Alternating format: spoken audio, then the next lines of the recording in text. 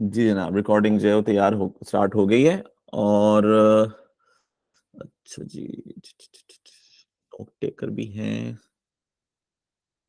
ठीक है जनाब, मैं अपना स्क्रीन शेयर कर रहा हूँ आप लोगों के लिए। मेरा स्क्रीन नज़र आ रहा है आपको?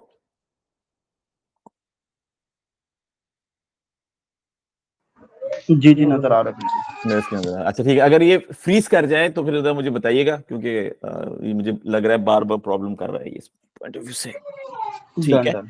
अच्छा लास्ट टाइम भी मैंने स्टैट्स से स्टार्ट किया था, अमेरिका के थे स्टैट्स। इस दफ़ा मैंने पाकिस्तान के स्टैट्स उठाए। तो ये 2002 की खबर है कि जी पाकिस्तान जो है वो टॉप कंट्रीज में से एक है जहां पे डायबिटीज जो है वो बढ़ती जा रही है।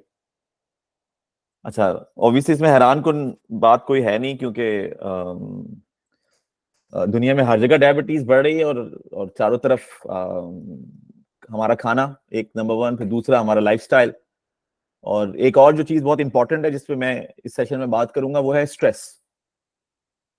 तो ये दो तीन चीजें हैं जो कि कंट्रीब्यूट कर रही हैं, और जो पाकिस्तान की सिचुएशन है पिछले 2-3 सालों के अंदर, उसमें स्ट्रेस कितना कंट्रीब्यूट कर रही है डायबिटीज के ऊपर, इस पे भी बात करेंगे।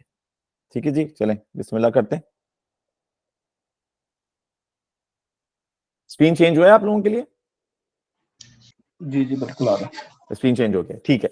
अच्छा, ये थॉमस एडिसन ने बात की थी कि जो जो फ्यूचर के डॉक्टर्स होंगे ना वो क्योर और प्रिवेंट करने पे जाएंगे थ्रू न्यूट्रिशन, जो ड्रग्स के थ्रू नहीं होगी। जो असल जो वो द फार्मास्यूटिकल इंडस्ट्री है या जो मेडिसिन की इंडस्ट्री है वो क्योर और प्रिवेंशन पे जाएगी न्यूट्रिशन के थ्रू। तो ये ऑब्वियसली मेरी भी लाइफ स्टोरी ऐसी ही है। मैंने भी यही देखा है कि जब मैंने अपना अपना खाना चेंज किया, थोड़ा लाइफस्टाइल चेंज किया, तो चीजें बदल गई। तो जब बदल गई तो फिर दवाओं की जरूरत ही नहीं थी। तो वो थॉमस एडिसन ने जो इतने अरसे पहले बात की थी वो काफी इंपॉर्टेंट बात थी। अच्छा, आज हम बात करेंगे फूड रूटीन पे। लास्ट टाइम कुछ लोगों ने सवाल किया था कि ये तो ठीक है, हमने थोड़ा माइंडसेट पे डिस्कशंस किए थे, कुछ मिथ अटैच हैं डायबिटीज के साथ, उन पे डिस्कशन किया था। बट जो आपने कम की अपनी शुगर या कंट्रोल की या रिवर्स की, तो वो क्या किया था? तो हम थोड़ा सा फूड रूटीन पे इस दफा बात करेंगे। अच्छा, ये इंटरेक्टिव सेशन है, बीच में अगर कोई भी सवाल कुछ हो तो प्लीज जरूर पूछिएगा। अच्छा, अगेन मैं तो समझता हूँ कि ब्लेसिंग इन डिस्गाइज है, और आपको मेरी हर हर प्रेजेंटेशन में ये जरूर मिलेगा कि बहुत बहुत मुबारक हो कि आपको आपको डायबिटीज है, क्योंकि आपके पास एक मेजरमेंट आ गया कि मैं क्या खाऊं। आप कॉन्शियस हो गए हैं कि मैं कब खाऊं, कैसे खाऊं, क्या खाऊं। और ये जो कॉन्शियस होना है खाने के लिए, ये बहुत ही इंपॉर्टेंट चीज है, जो कि अगर हमें इस तरह की प्रॉब्लम नहीं होती तो शायद हम कॉन्शियस नहीं होते। तो बहुत बहुत मुबारक हो आप लोगों को। अच्छा जी, आज का एजेंडा क्या है? हम हेरिडिटी पे बात करेंगे, हम स्ट्रेस पे बात करेंगे, हम न्यूट्रिशन पे बात करेंगे, और फिर आप मेरे फूड रूटीन को देखेंगे कि मैं क्या चीज फॉलो करता हूँ। अच्छा, अगेन जैसे मैं डॉक्टर तो हूं नहीं, मैं तो अपनी स्टोरी आपके साथ शेयर कर रहा हूँ, और जो मैंने चेंजेस की और जिनका मुझे फायदा हुआ वो मैं अपनी नॉलेज आप लोगों के साथ शेयर कर रहा हूँ। तो जरूरी नहीं है कि ये जो चीजें मैं आपको आपको बता रहा हूँ खासकर अपने खाने के पॉइंट ऑफ व्यू से, वो आपको भी सूट करें। तो ये प्लीज जरूर कीजिएगा कि आप ट्राई कीजिएगा, और अगर आपको सूट करते हैं तो बहुत अच्छी बात है, लेकिन अगर सूट नहीं करता तो उसका बिल्कुल मतलब नहीं है कि और तरीके नहीं है डायबिटीज को कंट्रोल करने के। लास्ट टाइम हमारे सेशन में एक और भी साहब थे, आई थिंक जीशा नाम था उनका, तो वो जिक्र कर रहे थे कि उन्होंने इंटरमीडिएट फास्टिंग के थ्रू अपनी डायबिटीज जो है वो कंट्रोल की थी। तो मल्टीपल तरीके हैं कंट्रोल करने के। मेरे पास अपना तरीका है, एक तरीका है, तो वो मैं आप लोगों के साथ यहाँ पे शेयर कर रहा हूँ। ठीक है, चलते हैं आगे। अच्छा, हेरिडिटी का मैंने क्यों चूज किया? हेरिडिटी का मैंने इसलिए चूज किया क्योंकि जब हम ये कहते हैं ना कि यार ये मेरे फादर के अंदर है, या ये तो मेरे दादा में थी, अच्छा ये तो मेरी मदर साइड से आई है, अच्छा ये मेरी ननियाल के अंदर है, अच्छा ये मेरे ददियाल के अंदर है। तो हम जब ये कहते हैं ना बात, तो हम बेसिकली एक तरह से ना जो कंट्रोल है वो छोड़ देते हैं, और फिर ये कहते हैं कि क्योंकि ये पीछे से आ रही है तो अब मैं क्या करूं इसका, भाई मेरा कसूर तो नहीं है ना, पीछे से आ गई है। डीएनए में आ गई कहीं से, अब मैं क्या करूं? और ये बात बिल्कुल ठीक है आपकी कि अगर वो पीछे डीएनए से आ गई है तो उसमें आपका कोई कसूर नहीं। लेकिन ये सोचिए कि डीएनए में एंटर कैसे हुई। यानी जो बाबा अजदाद थे, दादा थे, नानी थी, नाना थे, ये सब लोग जो थे, इनके पास कहां से आई? कहीं से तो आई होगी ना, कहीं से तो स्टार्ट हुई होगी। और जब वो स्टार्ट हुई तो फिर वो ट्रांसफर होना शुरू होगी। यानी यानी अबाव अजदाद ने एक ऐसा अनवांटेड गिफ्ट जो कि उन्होंने कहीं से उनको मिला, और उन्होंने वो गिफ्ट जो है वो ना चाहते हुए भी अपने डीएनए के थ्रू ट्रांसफर कर दिया। ऐसे ही हुआ है ना, हेरिडिटी तो ऐसे ही बनती है। सो अब जब ऐसे चीजें आगे बढ़ रही हैं तो आप ये सोचिए कि अब आपसे के अंदर है तो आपके बच्चों में भी जाएगी ये, और जब आपके बच्चों में जाएगी तो फिर उनके बच्चों में भी जाएगी। तो अब अगर अगर इस तरह से सिलसिला चलेगा तो ये कहीं रुकेगी? सोचने की बात है। यानी अगर डायबिटिक हो गई एक फैमिली तो उसका मतलब है कि वो जनरेशन टू जनरेशन डायबिटिक रहेगी। ऐसे ही है। आप लोगों का क्या ख्याल है इस बारे में?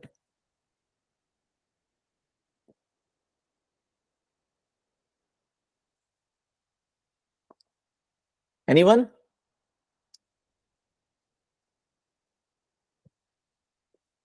चलें।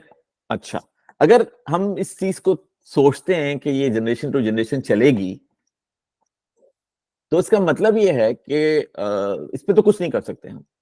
यानी हमारे कंट्रोल में भी नहीं है, और एक दफा क्योंकि पेरेंट्स के थ्रू ऐड हो गई है हमारे जीन के अंदर, और डीएनए के थ्रू अभी मूव करेगी, तो इस पे तो हम कुछ नहीं कर सकते।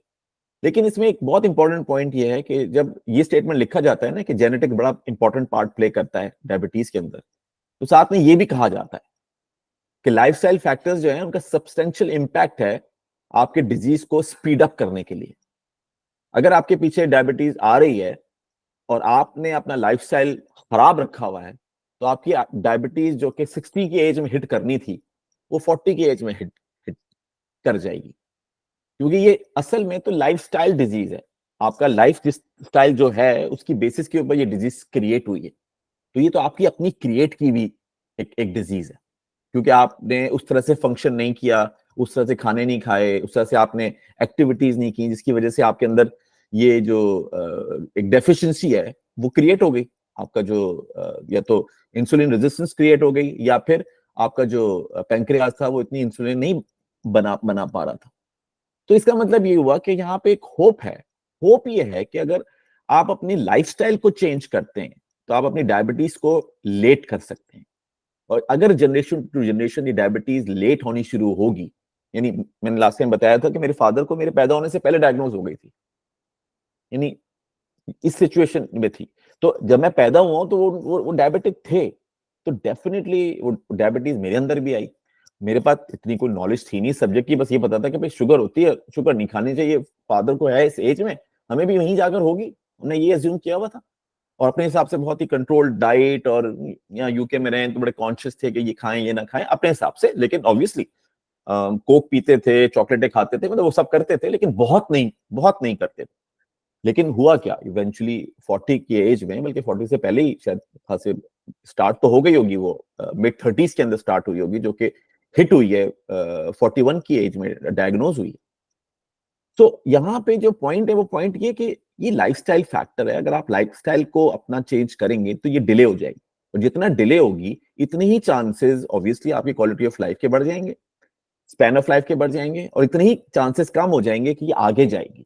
क्योंकि जैसे जैसे आप इसको आगे बढ़ाते जाएंगे वैसे वैसे ये फिर आपकी जनरेशन में डिले होती होती चली जाएगी। और हमें असल में ऑब्वियसली करना ही यही है कि इसको किसी तरह से हम आगे आगे बढ़ाएं। तो ये बहुत इंपॉर्टेंट पॉइंट है कि हम ये छोड़ नहीं सकते कि हेरिडिटी में आई है तो आई भी है भाई, अब क्या करें, मजबूरी है ये तो। नहीं नहीं नहीं, वो आ तो गई है, लेकिन आपकी अपनी ओनरशिप है इस चीज की कि आप इसको डिले कर सकते हैं, इसको मैनेज कर सकते हैं, और ये मेक श्योर कर सकते हैं कि अब आने वाली जनरेशन के अंदर ये लेट एंटर हो आपके अंदर और आपके बच्चों के अंदर। तो इसलिए हेरिडिटी का ये इस पॉइंट की जी ओहो ये तो हो गया है, तो इसको तो बिल्कुल एक्सेप्ट नहीं करना चाहिए। आगे चलते हैं। ये पिक्चर देख के आपको क्या लग रहा है? ये बंदा खुश है, नाराज है, सरप्राइज्ड है, स्ट्रेस में है ना। परेशान है ये बंदा। अच्छा, और ये काफी फेमिलियर पिक्चर है, ऐसा है ना, ऐसे ही होता है ना, कभी कभी देख रहे होते हैं हम भी परेशान रहते हैं, लोग भी परेशान रहते हैं। फिर जो कोविड के बाद दुनिया बदल गई है तो उसके बाद तो ये परेशानियां और बढ़ गई हैं। अभी हम पाकिस्तान गए हुए थे तो वहां पे काफी लोगों से हमारी बातचीत हुई, मुलाकातें हुई, तो परेशान कर रहे सब लोग। अभी जो परेशानी है ये बहुत ही सिग्निफिकेंट पार्ट प्ले करती है आपके आपके डायबिटीज के अंदर। अब इसको समझने की कोशिश करते हैं कि कैसे करती है स्ट्रेस जो है, ये कैसे डायबिटीज को खराब करती है या आपको डायबिटिक बना सकती है अगर आप कॉन्स्टेंटली स्ट्रेस के अंदर हैं। अच्छा जी, जब आप स्ट्रेस फील करते हैं ना तो बॉडी जो है ना वो हार्मोन्स रिलीज करती है, और वो हार्मोन्स होते हैं कार्टिसोल और एड्रेनलिन। ये दोनों हार्मोन्स वो प्रोड्यूस करती है। अच्छा, ये हार्मोन जो प्रोड्यूस करती है ये बेसिकली क्यों करती है? इसलिए करती है क्योंकि बॉडी समझती है कि कोई प्रॉब्लम आ रहा है, यानी कोई बहुत बड़ा प्रॉब्लम आ रहा है, या तो मुझे लड़ना है या मुझे भागना है। इन दोनों के लिए मुझे एनर्जी की जरूरत है, इन दोनों कामों के लिए मुझे एनर्जी की जरूरत है। अच्छा, फ्लाइट एंड फाइट रिस्पॉन्स को हम कंपेयर करते हैं कि जब आप रिलैक्स होते हैं तो क्या होता है, और जब flight and fight response mode में होते हैं तो आप क्या करते हैं? आप बहुत एक्टिव हो जाते हैं, मतलब जब ना आपके आपकी सांस ज्यादा तेजी से चलने लगती है, आपका हार्ट रेट ज्यादा पंप करने लगता है, फिर आपका जो भूख है वो कम हो जाती है, और फिर मसल टोन जो है वो थोड़ी स्ट्रांग हो जाती है। वो क्यों? क्योंकि वो ये एक्सपेक्ट कर रहा होता है कि अब कोई मुश्किल आ गई है और हमें इसको हैंडल करना है ना। अब हैंडल करने के दो तरीके हैं, या तो हम भागेंगे जिसके लिए हमें एनर्जी चाहिए, ठीक है, या फिर हम लड़ेंगे, दोनों के लिए हमें एनर्जी चाहिए। तो जो सिस्टम है वो ये हार्मोन रिलीज करता है, और इस हार्मोन रिलीज करने का मतलब ये है कि आपके ब्लड के अंदर ज्यादा ग्लूकोज एंटर होगा, बॉडी खुद जनरेट करके आपके ब्लड के अंदर ज्यादा ग्लूकोज एंटर करेगी। अब जब वो एंटर करेगी और आपका पैंक्रियाज जो है उसको कंट्रोल नहीं कर पाएगा, या आपके जो सेल्स हैं वो इंसुलिन रेजिस्टेंट हो चुके हैं, तो क्या होगा? वही होगा ना जो कार्ब्स खा के या शुगर खा के होता है आपके साथ, एग्जैक्टली वही काम होगा। और अगर ये कंसिस्टेंट रहता है, यानी आप बार बार परेशान रहते हैं, बार बार परेशान रहते हैं, तो मेरे भाई खाने को छोड़ दें फिलहाल। सबसे पहले अपनी स्ट्रेस सॉर्ट आउट कीजिए, क्योंकि अगर आपने अपनी स्ट्रेस सॉर्ट आउट नहीं की और सिर्फ खाने को सॉर्ट आउट कर लिया तो आप पूरा काम नहीं कर पाएंगे। और स्ट्रेस ठीक ठाक कार्टिसोल निकालती है, क्योंकि मौत है ना सामने, दिमाग एंटिसिपेट कर रहा है कि बस, मतलब जो हमारा ब्रेन है ना वो एनिमल ब्रेन है, और ये जो एक्टिवेट होता है ना, जिस प्राइमरी चीज पे एक्टिवेट होता है वो होता है सर्वाइवल। इस सर्वाइवल पे जब एक्टिवेट होता है तो सारी एनर्जी जो लगी होती है उस चीज की होती है कि मैं बच जाऊं, मैं बच जाऊं, और मैं बच जाऊं के लिए मेरे पास जो रिसोर्सेज हैं वो मैं डिप्लॉय कर दूंगा। बचने के लिए जो भी रिसोर्सेज हैं उसको मैं डिप्लॉय कर दूंगा। अब ये जो रिसोर्सेज हैं वो मेरे पास किस शक्ल में है? ऑब्वियसली ग्लूकोज की शक्ल में। बॉडी के पास क्या क्या चीजें, ये चीजें हैं ना, तो उसमें सबसे क्रिटिकल चीज क्या? एनर्जी। और एनर्जी जब इंक्रीज करनी हो तो क्या करते हैं आप ग्लूकोज इंक्रीज कर देते हैं। तो वो ग्लूकोज जब जब आपकी आपकी नेटवर्क में, यानी ब्लड के अंदर जब वो जाएगा, और आपकी वैसी हालत ठीक है नहीं और बहुत चढ़ा हुआ होगा वो, और असल में वो कोई डेंजर नहीं होगा, मतलब असल में तो रियलिटी में तो नहीं है ना डेंजर, तो आप सोच रहे हैं कि अरे ये हो गया वो हो गया, और कोई जेन्युइन स्ट्रेसेस भी होती हैं ऑब्वियसली, कि वो किसी की डेथ हो गई है तो उसमें स्ट्रेस में कोई बिजनेस, वो सब चीजें हैं। लेकिन अगर आपने उस स्ट्रेस को मैनेज नहीं कर पा रहे, और कभी कभी स्ट्रेस हो रही है कोई बात नहीं, छोटे छोटे ना पैचेस होते हैं कभी कभी, वो कोई मसला नहीं। लेकिन अगर क्रॉनिक है ना, कंटिन्यूसली आप स्ट्रेस के अंदर है, और जो कि मैं भी अज्यूम करूंगा कि पाकिस्तान के अंदर बहुत सारे लोग हैं जो कंटिन्यूसली बहुत स्ट्रेस के अंदर है, तो ये स्ट्रेस आपकी शुगर इंक्रीज करेगी, और जब ये शुगर इंक्रीज करेगी और जब वो मैनेज नहीं होगी तो आपको डायबिटीज हो जाएगी। तो खाना जो है ना वो सेकेंडरी हो जाता है, स्ट्रेस प्राइमरी हो जाती है। तो प्लीज इस पे सोचिएगा, और हम आगे एक स्ट्रेस पे भी सेशन कर सकते हैं, क्योंकि एक दो दफा मेरे साथ भी हुआ है, बहुत स्ट्रेसफुल था मैं, ये वो, फिर मैंने टेस्ट कराए तो उसमें ऑब्वियसली मेरी शुगर बढ़ी हुई थी, सारी चीजें हुई हैं, और उसके बाद फिर मैंने उसको कंट्रोल किया। तो वो मैं अपने एक्सपीरियंस आपके साथ शेयर करूंगा, और जो अब तक मेरी थोड़ी सी लाइफ लर्निंग्स है वो मैं शेयर करूंगा। लेकिन stress is basically the primary killer. Primary killer. अगर स्ट्रेस आप समझेंगे, अगर स्ट्रेस का पार्ट नहीं होता तो हमारी जो ये कार्ब शार्ब वाला सिलसिला था ना डायबिटीज का, तो आधी डेथ जो है वो नहीं होती डायबिटीज की तरह। इतनी खतरनाक चीज है स्ट्रेस। तो पहले स्ट्रेस, फिर खाना। अच्छा जी, ये चार्ट है बड़ा मजे का। 3 इंपॉर्टेंट इंग्रेडिएंट्स हैं न्यूट्रिशंस: कार्बोहाइड्रेट्स, प्रोटीन और फैट। जब आपके ब्लड के अंदर ये तीनों चीजें एंटर होती हैं, जैसे तीनों एक साथ एंटर होगी, तो ये है ब्लड ग्लूकोज का रिएक्शन ओवर टाइम। आप देख सकते हैं काप कहां चढ़ा हुआ है, कैसे चढ़ा है काप, और फिर प्रोटीन कहां चढ़ा है, और फिर कितना शुरू हुआ है, और साथ में फैट। हम कहते हैं ना fat fat fat fat fat, जो हमने पीछे था कि फैट नहीं खाओ, फैट नहीं खाओ, फैट नहीं खाओ। बुरे फैट नहीं खाओ, अच्छे फैट जरूर खाओ। अच्छे फैट कौन से हैं? एवोकाडो बहुत अच्छा फैट, कोकोनट के अंदर अच्छा फैट होता है, वॉलनट के अंदर अच्छा फैट होता है। तो ये अच्छे फैट है। और ये जो है प्रोटीन है, प्रोटीन का रिएक्शन देखें, और कार्ब्स का एंगल चेक करें आप। तो ये अगर आप समझ गए तो अब आपको पता होगा जब मैं खाऊंगा तो बहुत जल्दी क्या होगा और कितनी देर तक मैं एनर्जी सस्टेन कर सकूंगा, क्योंकि प्रोटीन्स और फैट मेरे मेरे पास है। कोई सवाल आप लोगों का? Any question, any comment? नहीं मोहसिन भाई, अभी तो ओके। और फिर गुड, लास्ट अच्छा, और सब लोग आ भी गए? आई थिंक मैंने किसी को वोट नहीं किया हुआ, मैं देख रहा था। अच्छा जी, राइट। ये पुरानी पुरानी स्लाइड है हमारी। ये जो सिंपल कार्ब्स है ना, इनको तो हर सूरत में कम करने की कोशिश कीजिए, बल्कि अवॉइड करने की कोशिश कीजिए। जो मुझे पता है ये आसान काम नहीं है, बहुत मुश्किल काम है, बहुत मुश्किल काम है। क्योंकि ये जो मैंने आपको तस्वीरें दिखाई हैं, सिर्फ यही सिंपल कार्ब्स नहीं है।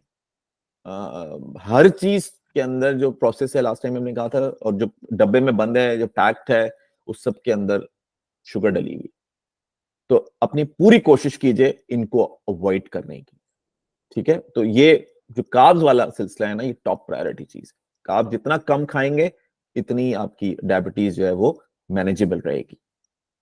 अच्छा जी, अब हम आते हैं इस पॉइंट के ऊपर कि ऑब्वियसली स्टार्ट तो मैं ये इसी चीज से हुआ था कि हमें अपनी ब्लड शुगर कम करनी है, डायबिटीज रिवर्स करनी है। बट डायबिटीज रिवर्स करने का एक बहुत बड़ा एडवांटेज जो हमारे पास मौजूद है ना, वो ये कि उसके थ्रू हम अपनी पूरी बॉडी की सर्विस कर सकते हैं। यानी पूरी बॉडी को अब वो चीजें मिलेंगी जो उसको चाहिए थी, पता नहीं किस जमाने से। क्योंकि सिर्फ ब्लड शुगर ही पे हमें फोकस नहीं करना, ब्लड शुगर तो एक पार्ट है, लेकिन जैसे हर पोर्शन जो है उसको अपना खाना चाहिए। ब्रेन को अपनी चीजें चाहिए, स्किन को अपनी चीजें चाहिए, किडनी को अपनी चीजें चाहिए, नाखूनों को अपनी चीजें चाहिए, हर चीज, आंखों को अपनी चीज, सबको अपनी अपनी चीजें चाहिए। क्योंकि इतना कॉम्प्लिकेटेड बॉडी है ना दुनिया की, मतलब अल्लाह ताला ने जमीन के ऊपर से कोई कॉम्प्लिकेटेड चीज बनाई नहीं है। हमारी जो बॉडी है, one of the most complicated machines. अब इस कॉम्प्लिकेटेड मशीन्स के जो रिक्वायरमेंट है इंग्रेडिएंट पॉइंट ऑफ व्यू से, वो सारी की सारी अब हम फिर अपने खाने के थ्रू पूरी करने की कोशिश करते हैं। तो आप समझिए कि एक तीर से दो शिकार हो रहे हैं। यानी आपकी जो डायबिटीज तो कंट्रोल होगी होगी, लेकिन एट द सेम टाइम आपकी बाकी हेल्थ, ओवरऑल जो हेल्थ है, वो भी अच्छी हो जाएगी। क्योंकि आपके खाने के अंदर सडनली न्यूट्रिशन आ जाएंगे। वो न्यूट्रिशन जिनका पहले कभी हमने ध्यान नहीं रखा, कभी हमने उनके ऊपर फोकस नहीं किया। तो वो न्यूट्रिशन जो है वो आपकी बॉडी को, आपकी स्लीप को, आपके एटीट्यूड को, आपके बिहेवियर को, उन सबको इम्पैक्ट करेंगे। तो डायबिटीज कंट्रोल करने का एक ही फायदा नहीं है कि वो आपकी डायबिटीज कंट्रोल रहेगी, बल्कि दूसरा फायदा बहुत बड़ा ये है कि आपकी बॉडी जो है वो और अच्छी हो जाएगी। तो इसलिए मैं हमेशा कहता हूँ it's not just about lowering your blood sugar. ये तो एक स्टार्टिंग पॉइंट है, ये तो ट्रिगर है जिसने आपको दिखा दिया है कि यार अच्छा खाओ। बट अब आगे क्या होगा, उसके बेनिफिट्स बहुत हैं। अच्छा, ये भी लास्ट स्लाइड्स थी, लेकिन मैंने इसमें ऐड किए हैं क्योंकि ऑब्वियसली जब खाने की बात कर रहे हैं तो इनको थोड़ा समझना जरूरी है। न्यूट्रिएंट्स के ऊपर हम एक अलग सेशन भी प्लान करेंगे, उधर डिटेल में जाएंगे न्यूट्रिएंट्स के ऊपर, बट जो 3 मेजर न्यूट्रिएंट्स हैं, मैक्रो, माइक्रो और फिर वाटर, ये 3 चीजों को क्विकली स्कैन करते हैं और फिर आगे बढ़ते हैं। कार्ब्स जो हैं वो एकदम से आपको एनर्जी देते हैं, तभी हमें बहुत अच्छे लगते हैं कार्ब्स, तभी हमारी क्रेविंग होती है उन कार्ब्स की। प्रोटीन जो होते हैं वो आपको सेल डेवलपमेंट में काम करते हैं, लेकिन वो आहिस्ता आहिस्ता रिलीज करते हैं। उनके अंदर अमीनो एसिड्स भी होते हैं जो कि हमें चाहिए होते हैं, और इसी तरह से फैट्स हैं जो कि फैटी एसिड्स हमें चाहिए, जो एब्जॉर्ब करने में हेल्प करते हैं हमारे विटामिन को। ओमेगा 3, ओमेगा 6 ये हमारे ब्रेन को चाहिए होता है। तो अगर आप कॉन्स्टेंटली, कौन ब्रेन का काम नहीं कर रहा, हम सभी ब्रेन का काम कर रहे हैं, बहुत सोच रहे हैं, बहुत स्ट्रेस है, बहुत चीजें, और सारी चीजों पे हम रिलाय किस पे कर रहे हैं? हमारा हाथ कोई प्रॉब्लम थोड़ी सॉल्व करके देगा, या कोई पेट प्रॉब्लम सॉल्व करके थोड़ी देगा। कौन प्रॉब्लम सॉल्व करके देगा? ब्रेन। लेकिन ब्रेन को क्या आप खाना दे रहे हैं ब्रेन का? और ब्रेन तो बना ही फैट से, तो उसको ओमेगा 3 चाहिए, उसको ओमेगा 6 चाहिए। तो क्या आपके खाने के अंदर ओमेगा 6, ओमेगा 3 है? अगर नहीं है तो आप ब्रेन से काम कैसे ले रहे हैं? वो बेचारा तो, उसको दे आप कुछ रहे नहीं और मांग बहुत कुछ रहे हैं उससे। तो ये वाली सारी चीजें जो हैं वो हम फिर इनकॉर्पोरेट करेंगे अपने खाने के अंदर। अच्छा, इसमें फिर माइक्रो न्यूट्रिएंट्स आ जाते हैं जिनमें विटामिन की बात होती है। कुछ पानी के साथ सॉल्युबल होते हैं, कुछ जो है वो फैट सॉल्युबल होते हैं। अब आपने इनारे नाम तो सुने हुए होंगे, विटामिन ए चाहिए, विटामिन डी चाहिए, विटामिन ई चाहिए, विटामिन के चाहिए, विटामिन सी चाहिए, फिर उसमें भी इतने सारे बी विटामिन हैं, 1, 2, 3, 5, 6, 7, 9, ये सारे के सारे चाहिए। तो ऑब्वियसली हम इनको बाद में डिटेल में डिस्कस करेंगे, लेकिन छोटी छोटी चीजें लिखी हुई है। जैसे विटामिन ए आपको आंखों के लिए चाहिए, विटामिन डी आपको बोन हेल्थ के लिए चाहिए और इम्यून फंक्शन के लिए चाहिए। आई थिंक ये जब से कोविड हुआ है लास्ट टाइम, तो बहुत सारे लोगों को ये अवेयरनेस क्रिएट हो गया कि यार विटामिन डी खाना है, विटामिन डी खाना है, क्योंकि हमारे इम्यून सिस्टम के लिए उसकी बड़ी रिक्वायरमेंट है। और ज्यादातर लोग हम विटामिन डी डेफिशिएंट हैं। ये भी बड़ी इंपॉर्टेंट बात है, क्योंकि विटामिन डी की जो सोर्स है वो बड़ी लिमिटेड है, विटामिन डी की सोर्स। और ज्यादातर जो मेजर सोर्स है वो तो सूरज है, जो कि हम नहीं लेते। फिर विटामिन ई चाहिए, स्किन के लिए कहते हैं विटामिन ई चाहिए, विटामिन ई लो, विटामिन ई लो। फिर विटामिन के चाहिए बोन हेल्थ के लिए, ब्लड क्लॉटिंग के लिए। जब बेबी होता है तो उसको विटामिन के का इंजेक्शन लगाते हैं ताकि उसको कोई क्लॉटिंग ना हो। विटामिन सी चाहिए, ऑब्वियसली वो भी इम्यून फंक्शन के लिए चाहिए आपको, एंटीऑक्सीडेंट है, ये चाहिए। तो ये सारी छोटी छोटी इंफॉर्मेशन है। अभी तो आपको बहुत ओवरवेलमिंग लग रही होगी यार, ऐसा ऐसा ऐसा, लेकिन जब हम इसको बार बार डिस्कस करेंगे आगे, तो ये आसान हो जाएगी। और असल में यही वो जबान है, इसको मैं खाने की जबान कहता हूँ। ये जबान है जो हमें समझने की जरूरत है। हम कीनू नहीं खा रहे, हम विटामिन सी की एक सोर्स खा रहे हैं। हो सकता है आपको लग रहा हो कि हम बहुत बोर हो जाएंगे उसके बाद बहुत बोरिंग बातें कर रहे हैं हम, सब चीजें वो बोरिंग तो है, लेकिन मसला ये है कि अगर आप इन चीजों को समझेंगे नहीं तो वो बोरियत की कॉस्ट जो है वो बहुत बड़ी बड़ी हाई है। तो इसलिए इनको थोड़ा छोटा समझना जरूरी है, डिटेल में तो नहीं, लेकिन ये पता होना चाहिए कि खाने के अंदर मेरे क्या चीजें हैं शामिल, प्रोटीन्स हैं या नहीं, प्रोटीन होते क्या हैं, कार्ब्स क्या होते हैं, फैट क्या होता है, विटामिन ए क्या होता है, विटामिन बी क्या होता है। तो ये वो नॉलेज है जो हम हमारे स्कूलों में हमें देनी चाहिए थी। मैं समझता हूँ जब बच्चा बहुत छोटा होता है तो उसको फिर फ्रिज खोल के ये सिखाना चाहिए कि यार ये खीरा है, खीरे के अंदर क्या होता है, ये दही है, दही के अंदर क्या होता है। तो उसको दही नहीं बताना चाहिए, दही तो नाम है ही उसका, बट अंदर क्या है उसके, और खा के फायदा क्या होगा। तो वो उसको जरूर बचपन से सिखाना चाहिए, और फूड की क्लासें होनी चाहिए बहुत अर्ली एज से। और जितनी फूड की क्लासें होंगी इतनी ही दूर हम इन सारी बीमारियों से जाएंगे, क्योंकि ये ज्यादातर डिजीजेज जो है ये सब लाइफस्टाइल डिजीज। अच्छा जनाब, आगे बढ़ते हैं। अब ये मिनरल्स हैं, मतलब आपको छोटी छोटी क्वांटिटीज के अंदर ये चाहिए होते हैं, क्योंकि बॉडी इतनी कॉम्प्लिकेटेड है कि वो जो प्रोटीन और अमीनो एसिड्स और कार्ब्स और फैट और विटामिन B6 और विटामिन के, वो सब कुछ जो है ना वो भी पूरा नहीं पड़ता। उसको सोडियम भी चाहिए, इलेक्ट्रोलाइट्स चाहिए, उसको क्लोराइड चाहिए, थोड़ा सा सल्फर भी चाहिए। ये तो केमिस्ट्री की क्लास लग रही होगी आप लोगों को।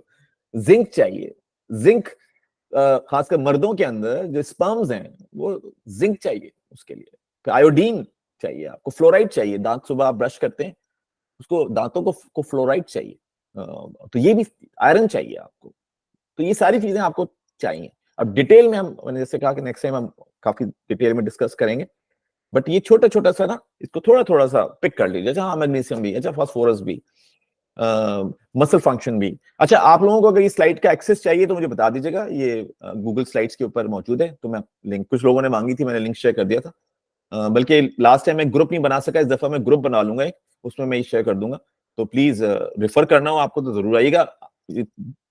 इंटरनेट भरा पड़ा है इन्फॉर्मेशन से, इसमें कोई शक नहीं है, लेकिन अगर ये इंफॉर्मेशन आपको काम आ सकती है तो बहुत जबरदस्त बात है। अच्छा, तो मिनरल्स भी चाहिए, ट्रेस मिनरल्स भी चाहिए, मैक्रो मिनरल्स भी चाहिए, ठीक है, आगे चलते हैं।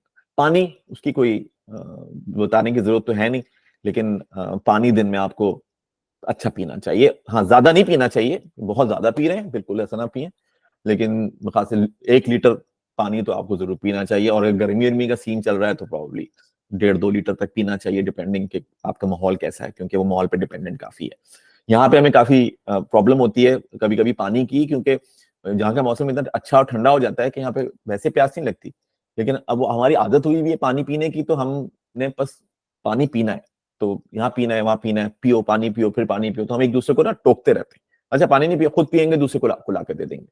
तो पानी कम से कम 1-1.5 लीटर का तक पानी आपको जो है ना वो जरूर चाहिए, क्योंकि वो बहुत हेल्प करता है आपके वेस्ट रिमूवल के अंदर, टेम्परेचर रेगुलेशन के अंदर, लिखी हुई चीजें, हाइड्रेशन के अंदर, चीजों में तो पानी बहुत इंपॉर्टेंट चीज है, और बिल्कुल प्लेन अच्छा अच्छा वाटर होना चाहिए, वो पीजिए। बाद में फिर ये दूसरी चीजें लिखी हुई है, फाइबर, फाइबर कोई न्यूट्रिएंट वगैरह तो नहीं है, लेकिन वो आपकी डाइजेस्टिव यानी स्लो डाउन करता है, आपके पेट को ठीक रखता है। तो जो जो छिलके हैं फलों के या सब्जियों के छिलके हैं वो फाइबर्स हैं। कुछ छिलके शायद इतने कड़वे हों कि आप ना खा पाए उनको, लेकिन जैसे कीवी होती है, कीवी का जो छिलका होता है वो थोड़ा सा रफ सा होता है, लेकिन मैं तो पूरी कीवी खाता हूँ, छिलके समेत खाता हूँ, क्योंकि फाइबर है उसका वो।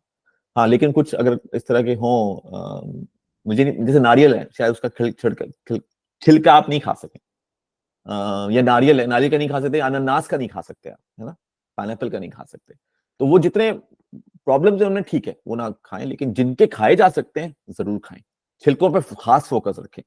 हमारे यहाँ सलाद सलाद बनती है, वो उसको पहले उसको ना उसका छिलका उतार देते हैं, ओ भाई छिलका नहीं उतारना, छिलका नहीं उतारना। इवन जो आलू है, आलू वो भी छिलके के साथ आप बॉईल करके खा सकते हैं, जबकि आलू जो है वो रिकमेंडेड नहीं है, स्टार्ची वेजीज जो है डायबिटीज में रिकमेंडेड नहीं है, उनसे हमारी शुगर बढ़ती है। जैसे कॉर्न हो गया, कॉर्न एक स्टार्ची वेजिटेबल है, उससे बढ़ती है।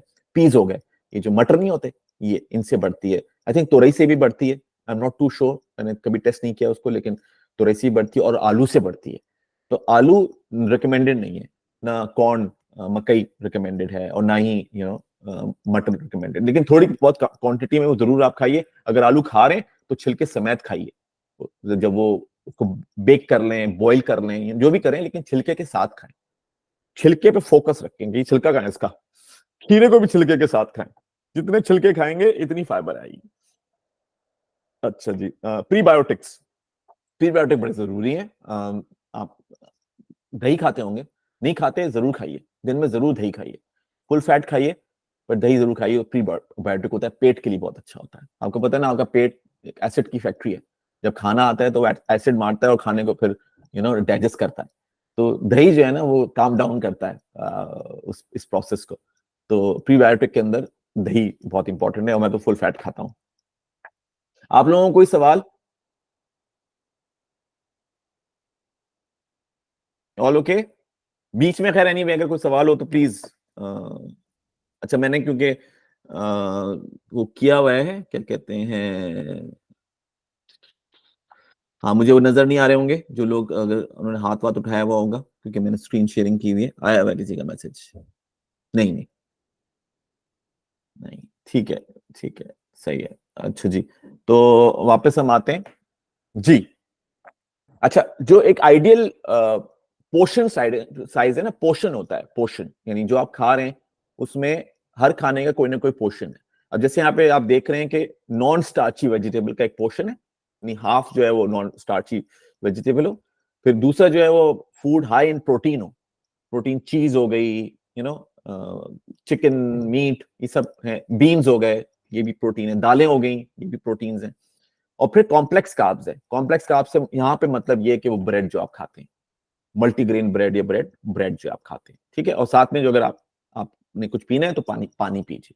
ये एक आइडियल प्लेट है डायबिटीज की। अभी डिपेंड करता है कि किसकी डायबिटीज किस स्टेज के ऊपर है। जैसे फर्स्ट मैं अपना आपको बताऊं, मैं ये जो कॉम्प्लेक्स कार्ब्स है ना, ये भी मैंने बहुत कम किए हुए। ये मैं सिर्फ दोपहर को खाता हूँ, सुबह में कोई कार्ब्स नहीं खाता, मतलब ग्रेन्स के कार्ब्स नहीं खाता, और रात को भी मैं कोई ग्रेन्स के कार्ब्स नहीं खाता, मतलब मैं रोटी नहीं खाता, ना दिन सुबह खाता हूँ ना रात को खाता हूँ, ना चावल खाता हूँ सुबह ना रात को चावल खाता हूँ। दोपहर को बस मैं एक ब्रेड ले लेता हूँ, ये ब्रेड का आधा पीस ले लेता हूँ ग्रेन्स का, ठीक है। ये मेरा, ये मैं आगे भी बताऊंगा अपना, लेकिन मैं ये करता हूँ क्योंकि मैं कोशिश करता हूँ कि कार्ब्स जो हैं वो उनकी इनटेक कम रहे, और अगर मैं खाऊं भी तो एक्टिविटी टाइम पे खाऊं। तो दोपहर का मेरा एक्टिविटी का टाइम है, बैठना, काम किया, उठ गया, ये गए, यहाँ जाएगा, तो फिर वो रात को मैं कभी ना खाऊं कार्ब्स, क्योंकि रात को कोई एक्टिविटी नहीं होगी, मैं खाऊंगा, रात को मैं सो जाऊंगा, तो मुझे रिक्वायरमेंट ही नहीं है इतने कार्ब्स की, इतनी एनर्जी की रिक्वायरमेंट ही नहीं।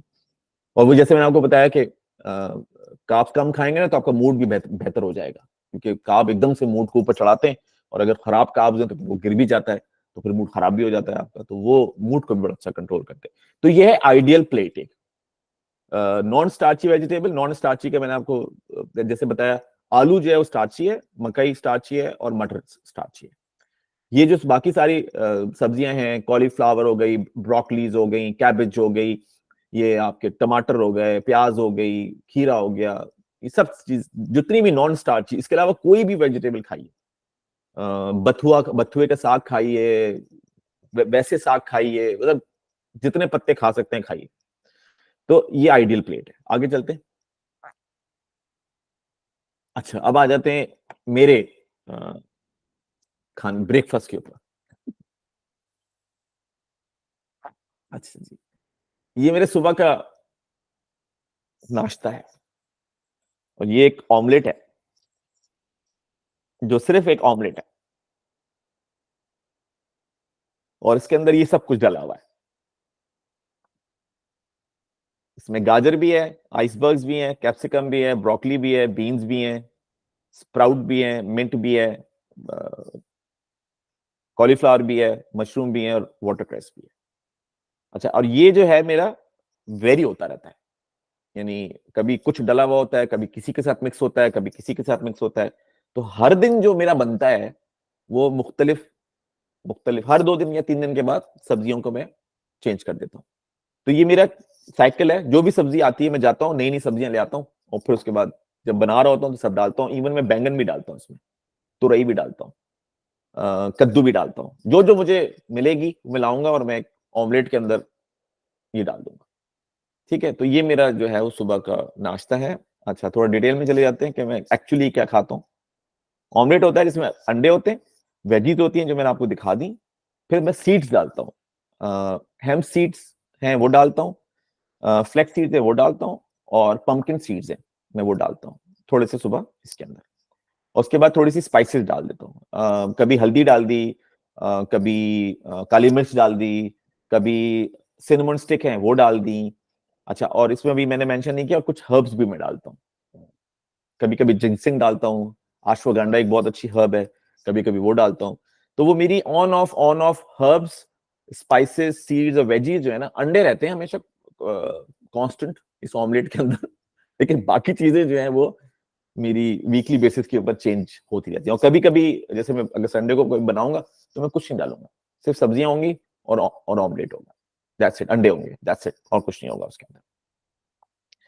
उसके बाद मैं फिर एक दूध का ग्लास पीता हूँ, फुल फैट, और उसके बाद 1 आध घंटे के बाद एक प्याली चाय। तो ये है मेरा मेरा ब्रेकफास्ट। अब मैं एक्सपेक्ट कर रहा हूं कि आपके कुछ सवाल होंगे, तो प्लीज पूछिए।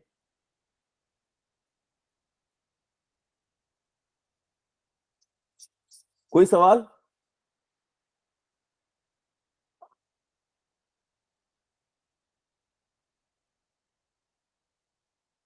Any question? नहीं, कोई भी सवाल नहीं, आगे चलें।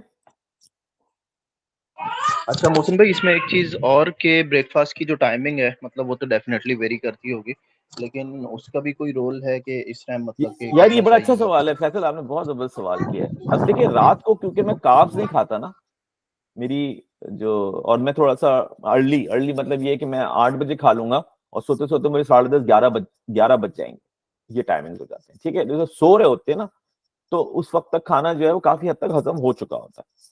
मैं जब सुबह उठता हूँ ना, मुझे भूख लग रही होती है, और जब मुझे सुबह भूख लग रही होती है तो बस फिर मैं आता हूँ, और फिर आते ही मैं फिर ये बनाता हूँ ऑमलेट। और ये पूरी फैमिली के लिए बनता है, ये मेरे लिए नहीं बनता, अब तो पूरी फैमिली माशाल्लाह खाती है।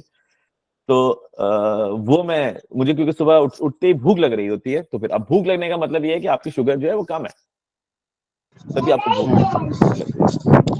तो ये एक ऑमलेट खा लिया, उसके बाद फिर ये कि उसके बाद एक गिलास दूध पी लिया, और उसके बाद एक आध घंटे के बाद चाय का हो गया सीन।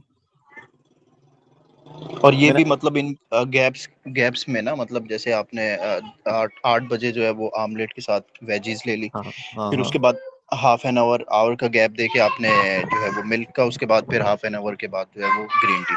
यार बिल्कुल ऐसे ही है, ये गैप्स बहुत जरूरी है ना, क्योंकि अच्छा अच्छा। हाँ, क्योंकि वो जो पीछे आप खाना दे रहे हैं उसको, अगर आप क्वांटिटी में ज्यादा देंगे तो वो क्वांटिटी में इसका मतलब है कि एनर्जी भी ज्यादा रिलीज होगी, ग्लूकोज भी ज्यादा जनरेट हम्म होगा।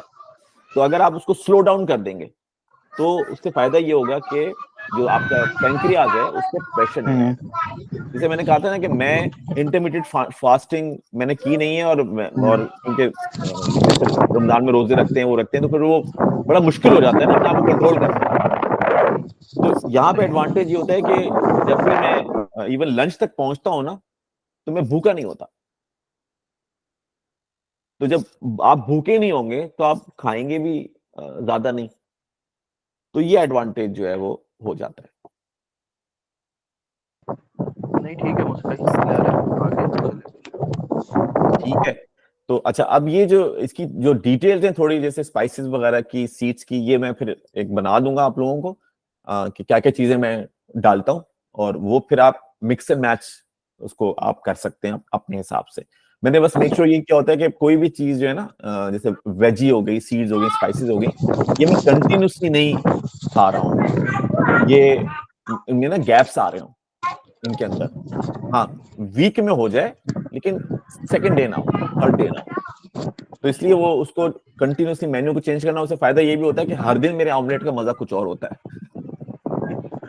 अच्छा मोहसिन भाई, एक और भी कॉमन प्रैक्टिस है अक्सर, मतलब ये कि यहाँ पे भी, और वो भी कि आप बिल्कुल जैसे सुबह उठते हैं फ्रेश, तो पहले आप जो है ना ग्रीन टी लें, उसके अंदर नींबू डाल के, ठीक है, उसके बाद फिर आप 1-2 घंटे का रेस्ट दें, फिर आप अपना जो है ना फर्स्ट मील यानी कि ब्रेकफास्ट स्टार्ट करें। तो उसके बारे में आपका क्या ख्याल? यार ये बहुत अच्छा पॉइंट है आपका, मैंने इसको नहीं देखा, मैंने इसको इन्वेस्टिगेट भी नहीं किया। अच्छा। मेरा तरह से सिनेरियो यही है ना कि क्योंकि सुबह उठ के मुझे भूख लगती है ना, हम्म तो जब भूख लगती है तो समझ में मुझे ये ऑमलेट शॉमलेट बनाने में भी तकरीबन कोई 15-20 मिनट लग जाते हैं। तो मैं जब आता हूँ तो मैं पानी के ग्लास पी लेता हूँ, और पानी के ग्लास पीने के बाद तो फिर मैं तो ऑमलेट ही की तरफ सीधा सीधा जाता हूँ। और ऑमलेट खाने के बाद वही कुछ कुछ देर के बाद जो है वो फिर दूध पी लिया, और उसके बाद जो है वो फिर एक जो है वो कप ऑफ टी वो ले ली। तो वो मैंने किया नहीं है, मैंने उसको इन्वेस्टिगेट भी नहीं किया है। और प्रॉब्लली शायद इस वजह से, क्योंकि वही क्योंकि सुबह उठ के ही मुझे लगता है ओ जल्दी खाना खाना चाहिए। नहीं ठीक है, डन है। ठीक है, चले आगे चलते हैं। अब आ जाते हैं मेरा मिड डे स्नैक जो है वो क्या है। अच्छा, मिड डे स्नैक जो है ना, वो बस कोई एक फल है कम क्वांटिटी के अंदर। अब उसमें वो नाशपाती भी हो सकती है, उसमें एक एप्पल भी हो सकता है। अच्छा, बाय द वे, जो ग्रीन एप्पल है उसका जो शुगर कंटेंट है वो कम है as compared to red apple के। तो जो हरे सेब हैं, ठीक है, वो रिकमेंडेड है खाने के लिए, लाल सेब रिकमेंडेड नहीं है खाने के लिए, क्योंकि ऑब्वियसली मीठे होते हैं। तो जितना कम होगा कंटेंट शुगर का, इतना ही आपके लिए अच्छा होगा। तो सेब अगर खरीदें तो हरे सेब खरीदें, लाल मत खरीदें। तो अच्छा, तो ये इसी तरह से वही कभी स्ट्रॉबेरीज खा ली। अच्छा, लेकिन ये सब छोटी छोटी मकदार में खाना है, क्योंकि ऑब्वियसली ये स्नैक्स हैं, खाना नहीं है ये। यहाँ ये सब चीजें मिलती हैं, ब्लूबेरीज मिलती हैं, रेस्पबेरीज मिलती हैं, ब्लैकबेरीज मिलती हैं, सब सब कुछ मिलता है। तो वो ही बस मुख्तलिफ वक्त में जो है वो आपने ले लिया, लेकिन एक वक्त में कम क्वांटिटी में लिया और एज अ स्नैक लिया। तो वो मेरा ये भी चेंज होता रहता है। फ्रूट्स के साथ भी मैं मेक श्योर करता हूँ कि हम अपने फ्रूट्स को चेंज करते रहें, कभी भी एक जैसा ना खाएं, कभी कुछ ले लें, कभी कुछ ले लें, क्योंकि अल्लाह ताला ने हर फ्रूट के अंदर ना डिफरेंट डिफरेंट कॉम्बिनेशन चीजों के डाले हुए, तो वो सारे कॉम्बिनेशन जो हैं वो हमारे अंदर जाने चाहिए। तो इस वजह से मैं अपनी चीजों को ना चेंज करता रहता हूँ, मेरा कंसिस्टेंट नहीं है। हाँ, कुछ चीजें जैसे जैसे केले हो गए या सेब हो गए या कीनू हो गए, ये थोड़े ज्यादा खाए जाते हैं, लेकिन ये इतने ज्यादा नहीं खाए जाते कि भाई क्या हम ये कहेंगे जी हर रोज हम ये खाते हैं, ऐसा नहीं। तो ये मेरा मिड डे स्नैक है। अच्छा, जैसे मैं मैंने बोला कि स्नैक साइज मैटर्स ना, अपना वो जरूर मेक श्योर कीजिए कि वो जो भी खाएं वो कम क्वांटिटी में खाएं। सेब लें तो बस एक सेब खाइए, 2 सेब ना खाएं। अंगूर लें तो 6 अंगूर खा लीजिए, 5 अंगूर खा लीजिए, बहुत ज्यादा मत खाएं, पेट मत भरें उससे, क्योंकि ऑब्वियसली शुगर कंटेंट तो फलों में बहुत ज्यादा है, लेकिन उनका एडवांटेज ये है कि उनके अंदर फाइबर है। तो वो जो शुगर आएगी वो फाइबर की वजह से वो उसको हैंडल कर लेगा, ये है। लेकिन अगर आप क्वांटिटी में ज्यादा खा लेंगे तो ज्यादा शुगर आएगी, इवन वो फाइबर भी उसको हेल्प नहीं कर सकेगा। तो क्वांटिटी बस कम रखिए और वैरायटी पे जरूर जाइए, कभी कुछ कभी कुछ कभी कुछ कभी कुछ। हाँ, अगर कुछ लग रहा है कि कोई डेफिशिएंसी है आपको किसी सर्टेन चीज की, अब जैसे मुझे आप में से कुछ लोगों को शायद पता हो, मुझे बॉल्स पॉल्जी बेल्स पॉल्जी हो गया था। ये क्या चीज है? दरअसल जो मेरी एक साइड थी ना फेस की, उसका मेरा कंट्रोल लूज हो गया था। ये जनरली जब स्ट्रोक वगैरह होते हैं तब भी होता है, लेकिन इसका जो रीजन होता है वो रीजन ये होता है कि कान के पीछे एक नर्व होती है, वो अगर उसको उसके ऊपर अगर इन्फ्लेमेशन हो जाए तो वो कम्युनिकेशन ब्रेक कर देती है दिमाग की एक इस साइड से एक साइड से। तो ये 2 नर्व्स हैं, एक ये नर्व ने ये साइड संभाली हुई है, इस नर्व ने ये वाली साइड संभाली हुई है। तो मेरी ये वाली जो नर्व थी इसमें इन्फ्लेमेशन हो गई थी, अब पता नहीं क्यों हुई थी, वो मेरा एक्सटेंसिव टूर था यही जीसीसी का, या बहुत, क्योंकि एग्जॉस्टिंग तो था ही, पता नहीं मैं कहां से लेकर आया, लेकिन वो इन्फ्लेमेशन हो गई थी।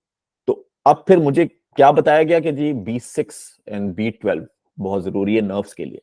तो मैंने मेक श्योर ये किया कि मैं रोज B6 B12 जो है वो खा रहा था। साथ में मैंने टेस्ट भी करवाए थे कि मेरा B6 B12 ठीक है या नहीं।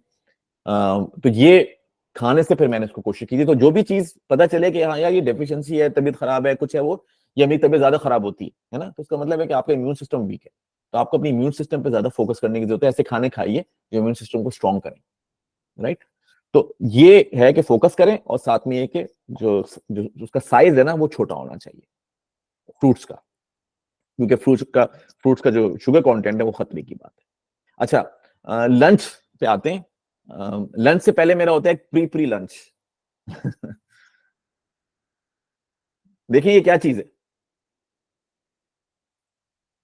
और ये मैं बहुत मजे से खाता हूँ, बहुत ही मुझे मजे की लगती है।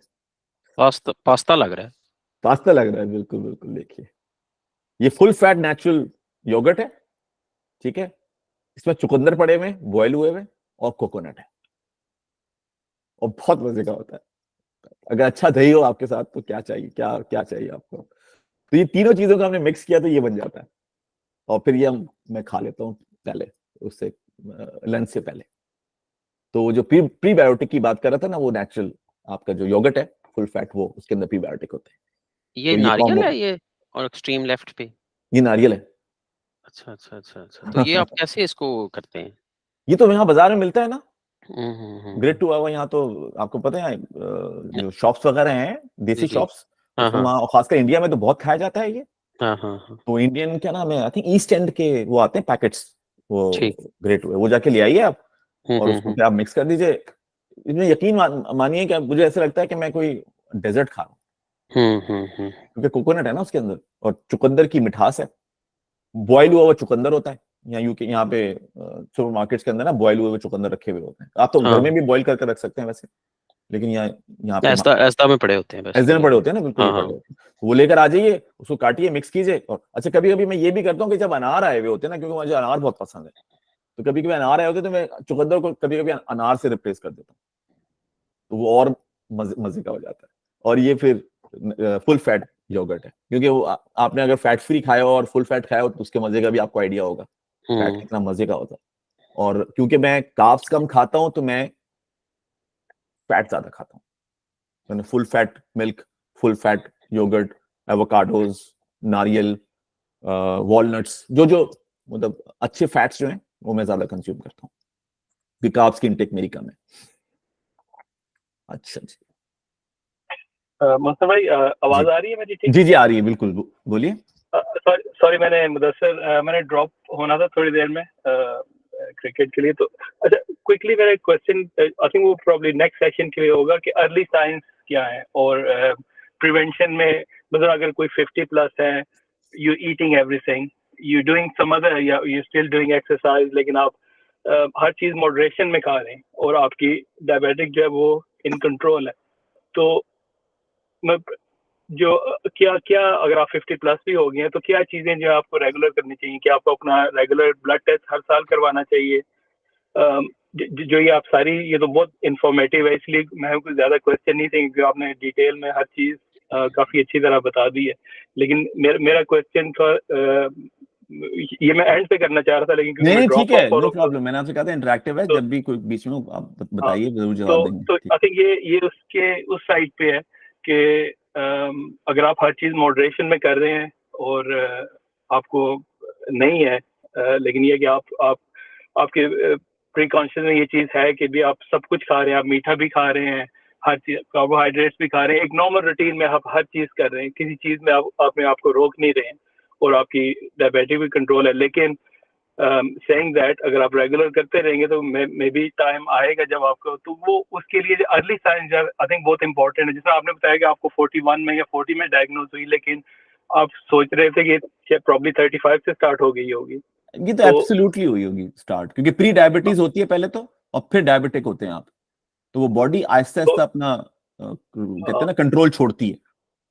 हाँ, तो मे बी अर्ली साइंस और प्रिवेंशन पे मैं I think that probably need a separate session, isn't it? वो हम कर लेते हैं। मैं क्विकली आपको जवाब दे दूं इस बात का जो आपने जो कहा। हाँ जी जी देखिए, एक तो एक अल्लाह ताला ने आपके जिसमें एक ऑर्गन दिया है जिसका नाम है पैंक्रियाज, राइट? अच्छा, पैंक्रियाज जो है वो रेगुलेट करता है, इंसुलिन छोड़ता है ताकि आपका जो ब्लड शुगर है वो कंट्रोल में रहे।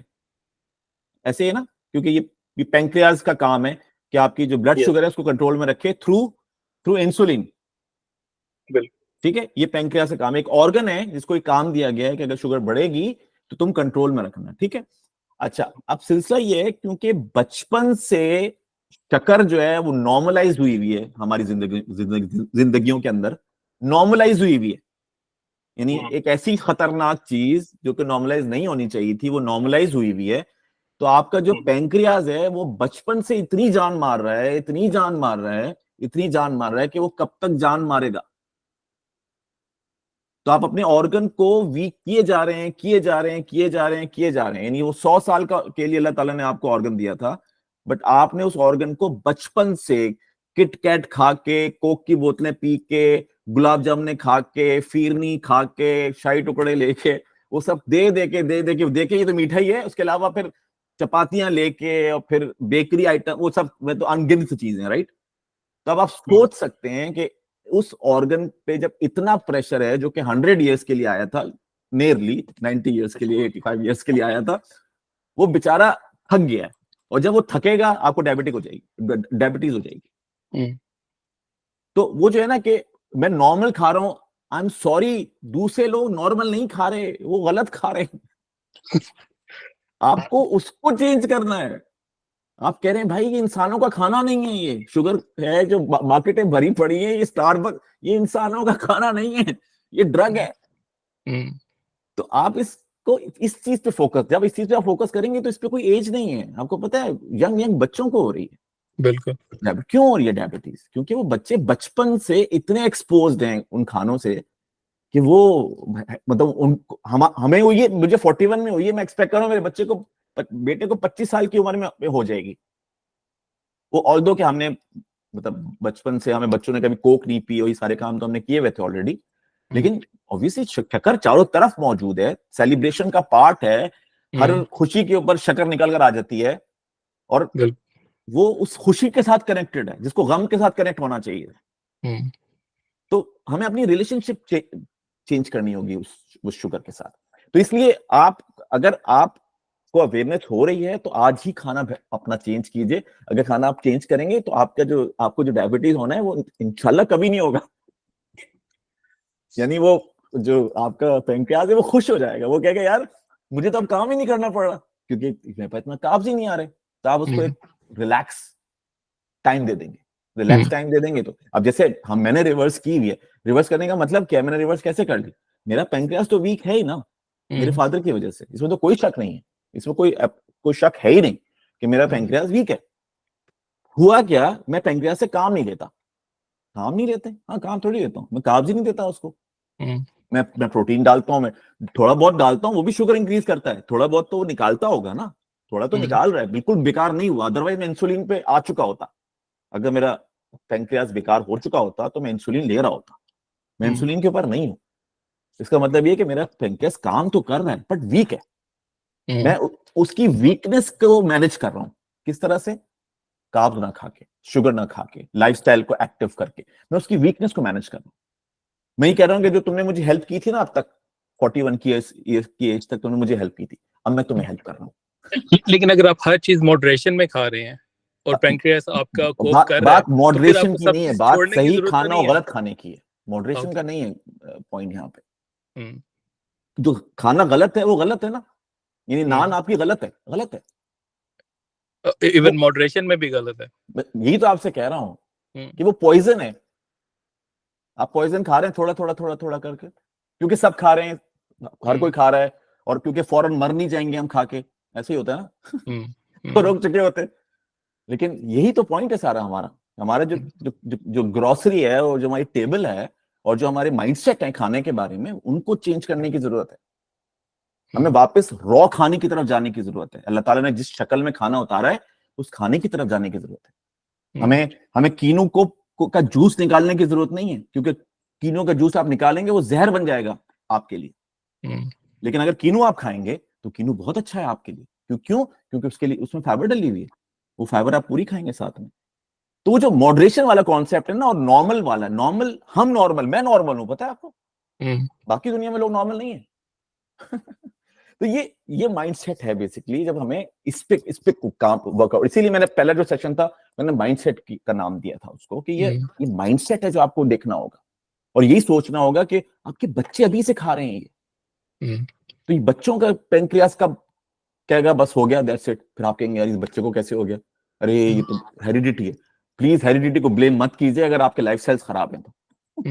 आप उनको ब्लेम नहीं कर सकते हेरिडिटी को, अगर हमारे लाइफस्टाइल्स बहुत खराब हैं तो उस पर अपडेट करने की जरूरत है। एनीवे चलें, going on next question. No thank you very much. No problem, चलिए आगे चलते ड्रॉप ऑफ। Thank you. जी नो प्रॉब्लम। अच्छा उसके बाद जो मेरा प्री लंच है उसके अंदर मैं छोटी सी ना सलाद की कोई चीज खा लेता हूँ, कभी टोमेटो, कुकम्बर, अनियन, जो भी रखा होगा थोड़ा सा ले लिया और थोड़ा सा खा लिया, तो 100 ग्राम तक जो भी मिला। अच्छा आप ये देख रहे हैं कि ये मैं कैसे चल रहा हूँ, पहले मैंने ये खाया, ठीक है, उसके थोड़ी देर के बाद फिर मैंने ये खा ली, रॉ सलाद खा ली, उसके बाद में आ गया और मैंने फिर एक्चुअल वो ले लिया। अब एक्चुअल क्या है, अब ये देख रहे हैं, अब ये या तो कुछ चिकन होगी या कोई कभी कभी मैं मटन ले लेता हूँ, या फिर फिश होगी। फिश भी बहुत खानी शुरू कर दी है जब से डायबिटीज हुई है, फिश की तरफ जरा ज्यादा आ गए, तो फिश काफी खाई जाती है, या चिकन हो गई, या फिर कभी मटन हो गया, तो वो देख रहे हैं आप ज्यादातर रॉ है, ग्रिल है, या फिर अब एयर फ्रायर आ गए तो वो एयर फ्रायर के अंदर रख दिया जाता है। तो यहां तक पहुंचते हैं और उसके बाद फिर तो ये जो फिश है, फिश किसी भी शेप में खा सकते हैं, लाइक फ्राइड भी यार, और फिश में बस अगर वो जो बैटर लगा होता है ना, वो जो कवरिंग लगी होती है, अगर वो उसमें मैदा नहीं है शामिल, क्योंकि वो देखें ना जब उसको वो गार्निश कैसी हुई है, जैसे फॉर एग्जांपल नैंडोस की फिश है, सॉरी नैंडोस की चिकन है अगर मैं बात करूं, तो उसके अंदर वो जो लगा हुआ होता है उसके अंदर बस मैदा नहीं होना चाहिए, व्हीट नहीं होना चाहिए, जैसे मदर हबर्ड से ऊपर वो बनी होती है, वो ऊपर वाली चीज नहीं खानी चाहिए, जो फिश है वो खानी चाहिए। हाँ फिश तो जैसे हम यहाँ से एसडा वगैरह से लेकर आते हैं, जैसे पाकिस्तान में होते हैं वहां तो फ्रेश मिल जाती थी, बस ये कि उसकी स्किन को साफ कर लेते हैं और उसके बाद फिर हम उसको ग्रिल कर देते हैं, या फिर ये अब तो कह रहे हैं एयर फ्रायर वगैरह आ गए, उसमें रख देते हैं। अब तो डिपेंड करते हैं ना आपकी वाइफ किस तरह से बनाती है या आप किस तरह से उसको बनाते हैं। बस कोशिश ये करनी है कि वो जो मेजर प्रॉब्लमेटिक चीजें हैं ना, मैदा का या मकई का या कोई प्रोसेस चीजें डली हुई हैं, बस वो ना उसमें ऐड अप हुई। जितना रॉ है इतनी अच्छी बात है। ठीक। अच्छा जी, उसके बाद ये कि एक और फाइंडिंग हमारी हुई है, वो है उसकी यूके वाले जो हैं वो पहचानते होंगे इसको, वारबर्टन्स को। इनकी प्रोटीन की ब्रेड आई हुई है, और ये अभी हमने रिसेंटली स्टार्ट की थी लेनी। तो मैं एक ही ब्रेड का पीस लेता हूँ, लेकिन ऑब्वियसली आप पढ़ें इसके इंग्रेडिएंट्स के अंदर भी इन्होंने डेमामारा शुगर डाली हुई है। यानी इतनी मेहनत तो कर ली उन्होंने प्रोटीन बनाने में, लेकिन बख्शा नहीं उसको कि भाई, क्योंकि अगर वो ये नहीं डालेंगे तो ये मजे की नहीं बनेगी, और अगर मजे की नहीं बनेगी तो बिकेगी नहीं। उस चक्कर में इन्होंने ये चीज डाली हुई। तो खा सकते हैं, एक स्लाइस लेते यार हैं आप? यार मैं तो एक स्लाइस ले लेता हूँ, लेकिन मैं कोशिश कर रहा हूँ कि मैं ढूंढूं ऐसी जो जिसमें शुगर ना डली हो, शुगर फ्री हो, क्योंकि कार्ब्स तो इसमें वैसे ही है ना। आप देख रहे हैं होल मील व्हीट फ्लोर तो है इसके अंदर। कार्ब्स ऑफ विच शुगर उसमें 3.1 है ना। हाँ बिल्कुल सही बात की आपने, तो डबल हो गया ना ये बेसिकली। तो अब कार्ब्स भी कम चाहिए। ये मैंने उठाई थी पल्सेस की वजह से, प्रोटीन कर रहे थे ना ये, पल्सेस की वजह से मैंने उठाई थी। फिर इसके अंदर ऑब्वियसली इन्होंने वो ये भी डाले हुए ना, सीड्स वगैरह डाले, पंपकिन सीड्स डले हुए, sunflower seeds, black bean seeds, lentil seeds. ये बट प्रोटीन ब्रेड अगर आपको मिलती है तो वो आप ले लीजिए, नहीं तो अब तो ब्रेड मेकर्स भी आते हैं और बहुत सस्ते आते हैं। तो अगर घर में ब्रेड बना लें तो 100 बिस्मिल्लाह। मैं तो अपनी बेगम से यही कह रहा था कि घर में बनाते हैं भाई, ये तो बाहर तो नहीं कर सकते, क्योंकि जो उठाओ और पीछे इंग्रेडिएंट पढ़ो और रख दो वापस उसको वहीं पर। ऐसा ही है। सो ये कि खास से ब्रेड जो मेकर आए थे वो काफी अच्छा ऑप्शन है। तो ये मेरा लंच ये होता है। ठीक है जी। अच्छा, अब आ जाते हैं आगे आफ्टरनून टी पे। आफ्टरनून टी पे। अच्छा, मेरे ख्याल से टाइम कितना हो गया? टाइम हो गया पूरा, मुझे अंदाजा था कि टाइम हो जाएगा। तो मेरे ख्याल से क्वेश्चन पे जाते हैं, तो उसके बाद इस पे वो करेंगे। आप लोगों को कुछ सवालात हैं तो मुझे बताइए, मैं बस ये थोड़ा सा आगे कर दूं। नहीं आप फिनिश कर लें, बड़ा अच्छा सेशन जा रहा है। मैंने लेट ज्वाइन किया है, लेकिन आप प्लीज कैरी ऑन। अच्छा, देखिए बस ये था कि our food should be our medicine and our medicine should be our food.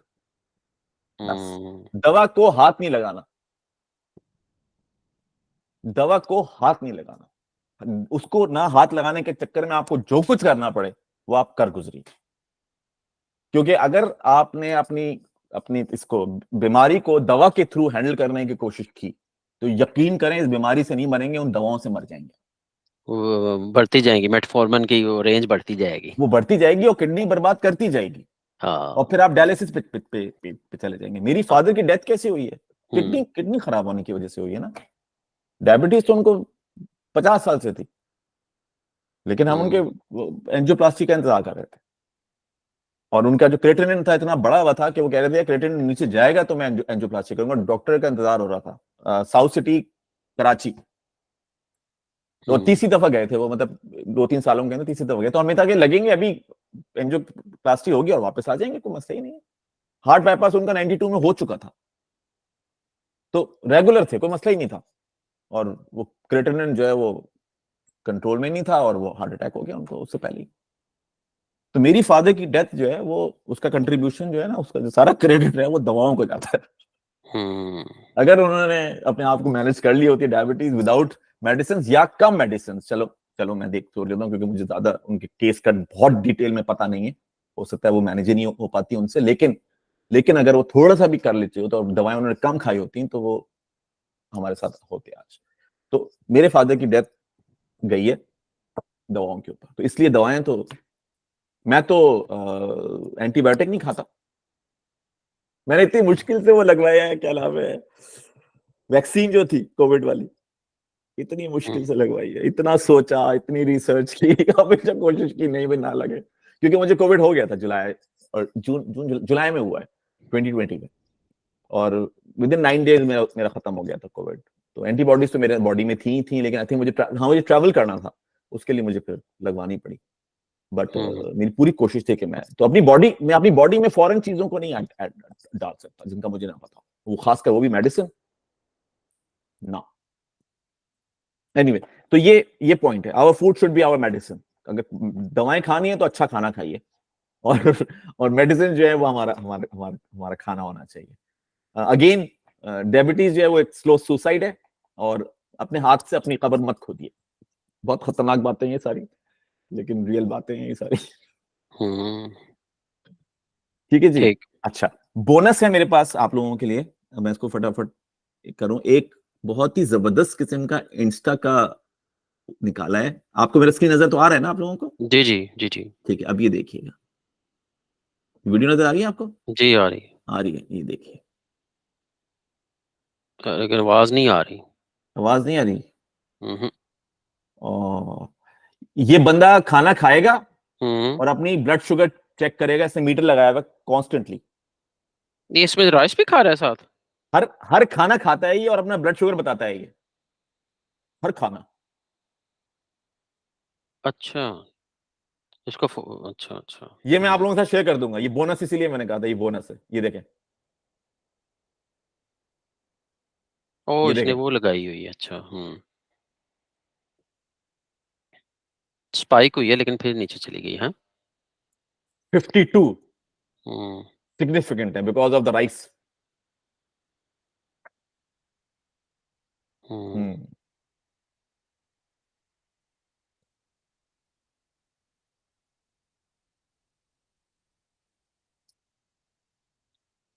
तो क्या कह रहा है? हमें तो आवाज नहीं आ ये रही। यही कह रहा है कि मेरी ब्लड शुगर बहुत तेजी से बढ़ गई। ये हमारे एक इंडियन दोस्त हैं, इन्होंने भी बनाया हुआ है, और ये देखिए,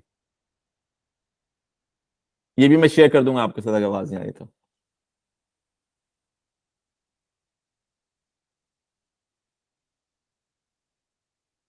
चलो, उसके सबटाइटल हैं।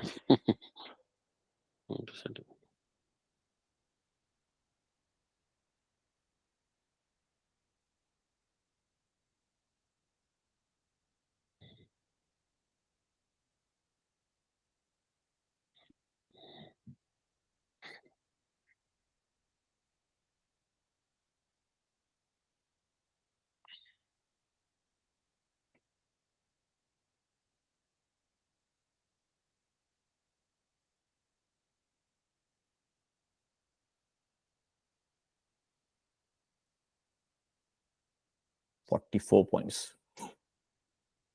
हम्म।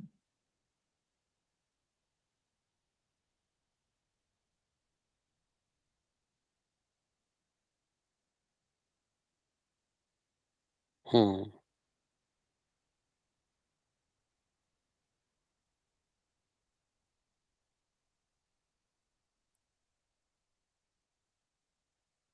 ये तीन है, तीनों मैं आपके साथ शेयर कर दूंगा। इन्होंने ये सब चीजें खाते हैं और सब चीजें शेयर करते हैं, तो आपको एग्जैक्टली पता चल जाएगा कि मैं क्या खाऊंगा तो मेरे हम्म। अंदर जरूरी नहीं कि 100% हो रहा हो, लेकिन इतना तो होगा ही होगा। तो आपको एक बेसलाइन जो है वो मिल जाएगी। तो ये बड़ा जबरदस्त वो सिलसिला था। I am done with the ठीक। प्रेजेंटेशन, बाकी हम नेक्स्ट सेशन में करेंगे। आप लोगों को कुछ सवाल हो तो बताइए। जी, पहले सब मेरा ये क्वेश्चन है अपना, मोहसिन भाई, थैंक यू सो जी मच, जी। आप बड़ा अच्छा काम कर रहे हैं, बड़ी अच्छी अवेयरनेस दे रहे हैं। मैं एक्चुअली प्री डायबिटिक हूँ, हम्म। तो मेरा नॉर्मली आफ्टर एवरी 3 मंथ्स वो होता है, टेस्ट होता है, क्या नाम है, HbA1c, तो उसका, HbA1c। हाँ, जी जी। उसमें रेंज मेरी, कभी मैं थोड़ी सी कर लूँ बदपरहेजी तो आ जाता है 44, कभी 42 भी हुआ है, और कभी मैंने ये रोटी और चावल छोड़े हैं तो 38 भी हुआ है, 40 भी हुआ है, लेकिन रेंज में 44 46 तक गया हुआ है। तो मैं स्टिल प्री डायबिटिक हूँ, लेकिन अभी परहेज वगैरह बड़ा कम होता है टू बी ऑनेस्ट। लेकिन ये आपकी अवेयरनेस देख के, ये सारा कुछ करके, ये करना चाहिए, परहेज करना चाहिए। जैसे आप कह रहे हैं अपने हाथों से कब्र खोद रहे हो, तो ये सुसाइड ही है। लेकिन ये मैं कह रहा हूँ कि आफ्टर एवरी 3 मंथ्स के एक आइडियल रेंज है कि ये बंदा वो जो एक्से जो प्रिक करते हैं वो भी बंदा कर ले डेली बेसिस पे, कैसे इसको मॉनिटर करें? ये देखिए, अगर मॉनिटरिंग का सिलसिला है तो वो मॉनिटरिंग के लिए तो आपके पास वो है, वो हुँ, डिवाइस आती है। तो एक तो अर्ली मॉर्निंग देखी जाती है कि आपकी हुँ, ब्लड शुगर जो है वो एक सर्टेन रेंज को क्रॉस कर ही नहीं कर रही, और उसके बाद फिर रैंडम चेक किया जाता है। हुँ, ठीक है। अच्छा, रैंडम में भी ना बहुत सारे फैक्टर्स हैं। फैक्टर्स ये है कि भाई बॉस से लड़ाई हो गई, हुँ, खाना ज्यादा खा लिया, अब ब्लड टेस्ट लेके बैठ गए, अब पता चला उसका भी इम्पैक्ट है, खाने का भी इम्पैक्ट है। आप कह रहे मेरी तो ब्लड शुगर बहुत बढ़ी हुई है, क्योंकि ब्लड शुगर जो है सारा दिन बढ़ती कम होती रहती है। इसीलिए जी। ज्यादा रिलायबल टेस्ट कहलाता है, वो वही टेस्ट है जो हर 3 महीने के बाद होता है, क्योंकि वो एवरेज आउट आपको बता देता है कि आपका एवरेज जो है वो ब्लड शुगर का ये है। तो अगर सही। आपको लॉन्ग टर्म देखना है तो आई थिंक HbA1c का, मैं भी HbA1c कराता हूँ और HbA1c के थ्रू ही कब करवाते हैं आप? मंथली करवाते हैं? नहीं मंथ, देखिए वो क्वार्टर? तो 3 महीने का होता है, हाँ, ठीक है ना। है। तो मैं 3 महीने बाद तो नहीं कराता, मैं 6 महीने के बाद कराता हूँ, लेकिन हर ठीक। 6 महीने के बाद जो है वो एक टेस्ट होता जरूर। कितनी आती है आपकी रेंज वैसे, इफ डोंट यार माइंड मी मेरी आस्किंग? वेरी करती है, कभी मेरी ऊपर चढ़ जाती है, कभी मेरी नीचे आ जाती है, वो वेरी करती रहती है। लेकिन इंपॉर्टेंट बात मेरी आने की नहीं है, बात ये कि मुझे पता है कि क्यों गई और क्यों हाँ। कब हुई। अभी मैं ट्रेवल कर आया था, मेरी बड़ी हुई थी, और नहीं, रीजन कितनी ये, बड़ी थी? 50 प्लस थी, 48 थी, कितनी हाँ, थी अब? मुझे आपका वो नहीं पता, लेकिन मैं अगर फर्ज करें मैंने अगर पाकिस्तान में कराई थी, लास्ट टाइम जो ओ, कराई थी पाकिस्तान में करवाई थी? नहीं, पाकिस्तान में। हम तो यूके में करवाते हैं, आप भी यूके में ही हैं, तो हमें तो ये रेंज का पता है बेसिकली। अच्छा, यहाँ पे वो कहते हैं कि मेरे ख्याल से यहाँ पे 49 जो है वो ठीक है, 49 से ऊपर की बात करते हैं कि 49 से ऊपर अगर आप गए तो डायबिटिक है। तो जी। मेरी 55 थी, अगर अच्छा। यहाँ के हिसाब से आप देखें तो। ठीक ठीक ठीक तो ठीक। लेकिन मुझे ये मेरी बात है, पॉइंट ये नहीं है कि वो ऊपर नीचे रहे, पॉइंट ये है कि आपको पता है कि ये आपके कंट्रोल में है कि कब ऊपर जाएगी और कब नीचे जाएगी। आई थिंक ये जो फीलिंग ऑफ कंट्रोल है ना, ये सबसे इंपॉर्टेंट है। क्योंकि जब आप फिजिकल एक्सरसाइज ज्यादा कर रहे होंगे, ज्यादा एक्सर्ट कर रहे होंगे, तो आप खाना थोड़ा सा बेहतर मतलब ये वाला खा सकते हैं थोड़ा बहुत, क्योंकि अगर मजबूरी है तो क्या करें। मैंने वहां पे सैंडविचेस खाए होंगे दुबई के अंदर लंच में, क्योंकि मैं घर से लेके थोड़ी जाता था। अब मैं वहां ठीक। उतरता था तो मैं कोई ये लूलू होती थी या कोई कारफोर होती थी, तो इनके सैंडविचेस होते थे जी जी जी। ब्राउन ब्रेड वाले, वो मैं ले लेता था। फिर तो वो मैं कोशिश मैं करता था, लेकिन मुझे ये पता था कि हाँ, लेकिन ऑब्वियसली बस परहेज ही नहीं करनी। ये नहीं कि मैं गया, मैंने कहा चलो भाई अब घूम फिर तो रहे हैं, चलो 2-3 किटकैट खा लेते हैं, इस तरह से वो करते हैं। लेकिन हर 3 महीने के बाद रिकमेंडेड है कि आप इसको कराएं और मेक श्योर करें कि यू आर ऑन ट्रैक। ठीक, सही। अच्छा, जी दूसरा एक और क्वेश्चन है, खाने के फौरी बाद जी जी ये, मैं इसको भी रिसर्च करता रहता हूँ, मसलन यूट्यूब वीडियोस हैं या किसी सारों को फॉलो वगैरह करता हूँ। एक मैंने किसी का पॉडकास्ट देखा था, वो कह रहे थे आप जब खाते हैं तो सबसे पहले आप उसकी कोई लेयर्स बनाएं। लेयर्स में सबसे पहले आप सैलड खाएं, सैलड के बाद आप सही कह रहे चिकन खाएं। इस तरह की उसकी ना, आप जो मैदा है ना उसको लेयर्स में रखें। पहले सैलड खाएं, फिर चिकन खाएं, उसके बाद थोड़ी सी शुगर आप ले सकते हैं, वो भी डिपेंड अगर आप कितनी रेंज ले सकते हैं। ये अगर आप इसको फॉलो करें ये पैटर्न, तो ये बहुत जबरदस्त ऑर्डर है। जो है ना, ये मैटर करता है हाँ, कि आप किस ऑर्डर से खाते हैं। आई तो थिंक वो मिस शुगर थी, कोई मिस शुगर, उसने बड़ी रिसर्च की हुई है। अच्छा स्टीवन बार्लेट की वो पॉडकास्ट में आई थी, मिस अच्छा शुगर के नाम से, तो अच्छा। उसको मैंने सुना था, तो उसकी ये हाँ, रिसर्च थी। अगर आप ऑर्डर भी चेक करेंगे, इंटरनेट के भी सर्च करेंगे, तो रिसर्च निकल कर आ जाएगी कि वो हम्म जो आप खा रहे हैं, तो वही मैंने कहा ना गैप्स, जैसे मैं कोशिश करता हूँ कि मैं गैप्स दूं, हम्म अपनी क्वांटिटी कम रखूं। जितनी क्वांटिटी कम रखूंगा, मतलब मैं देखता हूँ कि बस हो गया ना, हो हम्म। गया ओ, ठीक। बस। वो ये नहीं देखता कि नहीं सुन्नत ये का मैंने पूरी तरीका प्लेट खानी है, है। ये मेरी रोटी 2 थी तो मैं 2 खाऊंगा, ये नहीं है। मैंने उसको हाँ, छोटा कर करके ना छोटा कर दिया। टू जब थर्ड छोटा टू किया तो थर्ड। हाँ, छोटा टू। किया ना उससे, तो वो हाँ। मील साइज छोटा हो गया। तो वो वही वाली बात ना बॉस, के वो पीछे जो आपका पेंक्रियाज है वो बेचारा कमजोर है, वो ट्रक वजन नहीं उठा सकता है ना। तो उसको कम वजन देना है और मुख्तलिफ वक्त में वजन देना है। तो ये ठीक। लोड है जो आप डाल रहे हैं किसी के ऊपर, तो बस उसको मैनेज करना है। और वो आपका मील साइज जो है ना, वो आहिस्ता आहिस्ता कम होगा। मतलब जैसे आप 2 पे हैं, तो 2 से आराम से आ जाइए 1.5 के ऊपर, क्योंकि बस 1.5 खाना है। और 1.5 के बाद फिर 1.25 पे आ जाइए, 1.25 के बाद फिर आप 1 पर आ जाइए। इस तरह से मील साइज छोटा कर करके, और फिर जब आप ब्रेक्स में खा रहे होंगे ना, आपको वैसी भूख नहीं, वो नहीं लग रही होगी, जो नहीं होता बहुत भूख लग रही है, हाँ, मेरी पूरी कोशिश होती है कि मैं उस स्टेज में ना जाऊं जहां पे मुझे भूख लग रही है, क्योंकि अगर मैं उस स्टेज में जाऊंगा तो फिर मेरे लिए बड़ा मुश्किल हो जाएगा। बदतमीजी हो जाएगी फिर, है ना? हाँ, क्वांटिटी जो है ना, हाँ। क्योंकि हमारा कम्युनिकेशन नेटवर्क ना, वो आपको पता है मीडिया का काम क्या है, हम्म हम्म हम्म हम्म एक्सेजरेट करना चीजों को। हम्म हमारा हम्म कम्युनिकेशन का काम क्या है, अरे बड़ी भूख लगी है, अरे बड़ी भूख लगी है। असल में नहीं लगी हुई, लेकिन वो हम्म। कह रहा है बड़ी लगी हुई है, और उस चक्कर में हम खा लेते हैं इतना। तो कोशिश ये करनी है कि उस पर लोड कम डले और टाइमिंग्स में डले उसको, टाइम बाउंड कर दें और गैप्स में करें, तो वो लंच नहीं है बल्कि एक और स्नैक हो जाता है वो। तो वो सुबह नाश्ते से लेकर रात तक स्नैकिंग चल रही है। एक ऑमलेट की स्नैक कर लिया, फिर 1-1.5 घंटे के बाद चलो एक दूध का स्नैक हो गया, फिर उसके बाद आपने जो है वो एक लंच पे पहले वो दही खाई और जो चुकंदर खा लिए, फिर थोड़ा ब्रेक दे, क्योंकि वो सहारा मेरी बेगम कहती है, तो सहारा किया है ना आपने, सहारा हो गया, एक सहारा हो गया, फिर अगला सहारे तक जो है फिर कुछ और सहारा, वो सहारों पे दिन गुजार देते हैं हम पूरा। कोशिश करते हैं कि, लेकिन कार्ब्स को शुरू में छोड़ना बहुत मुश्किल काम। तो अब खाने के फौरी बाद वॉक करते हैं यार?